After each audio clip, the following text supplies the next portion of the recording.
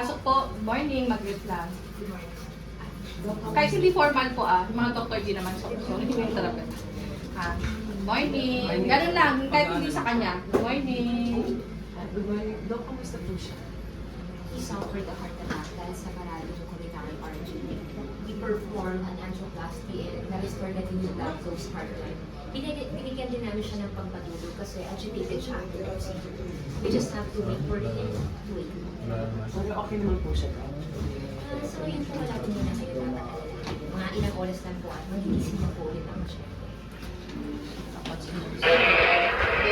Sige po, mauna na ako. Sige po, mauna. Ingat po kayo. Okay, pamexit. Diyos ko sa mga talaga sa Diyos.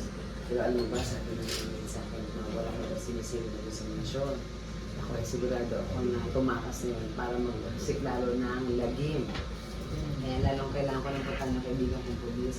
Dahil oras na malahanap natin kung nasa sila mga bebe, wala nang alas lalo sa atin. May impact ang gusto mo. Oh. Gusto ko, may mga siya line. Yung magtutuloy, pumunta dyan, hirapan mo yung sakyo.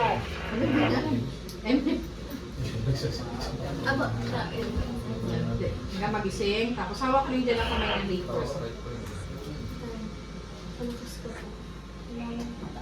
Then, lalabas si Lady Mara.